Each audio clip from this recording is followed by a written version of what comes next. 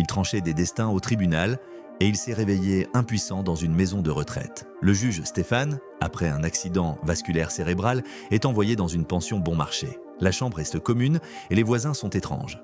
L'un est un sportif, Tony, l'autre un cinglé avec une poupée prénommée Jenny. Il s'appelle Dave. Dès son arrivée, Stéphane voit un vieil homme s'enflammer par accident et brûler vif, tandis que les autres regardent avec indifférence. La nuit, Dave se faufile jusqu'à lui verse le bassin d'urine dessus et l'étrangle sous les chuchotements de sa poupée. Le personnel n'y croit pas, et Tony se tait par peur d'affronter la vérité. Stéphane comprend qu'il est en enfer. Dave terrorise tout le monde. Il vole la nourriture, maltraite les impuissants, torture la vieille Joyce et la prive d'espoir. Celle-ci s'enfuit en chemise de nuit et se noie dans l'étang. Le juge est hors de lui, mais il n'a aucune preuve.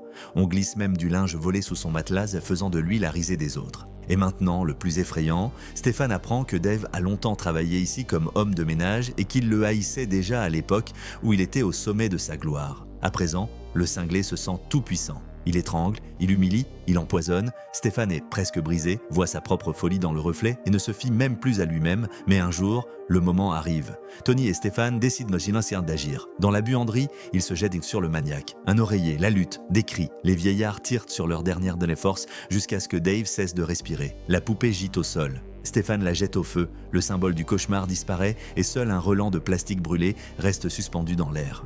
Et voilà que Stéphane et Tony prennent pour la première fois leur petit déjeuner sans peur, en se regardant avec soulagement. Mais soudain, le chat entre dans la pièce, le même, celui qui sent la mort. Le cœur du juge se serre et l'inquiétude retombe de nouveau dans l'air. C'est une histoire sur la façon dont un lieu de soins s'est changé en repère d'horreur. Et sur le fait que, même au bord de la vie, il reste un choix, être une victime ou résister.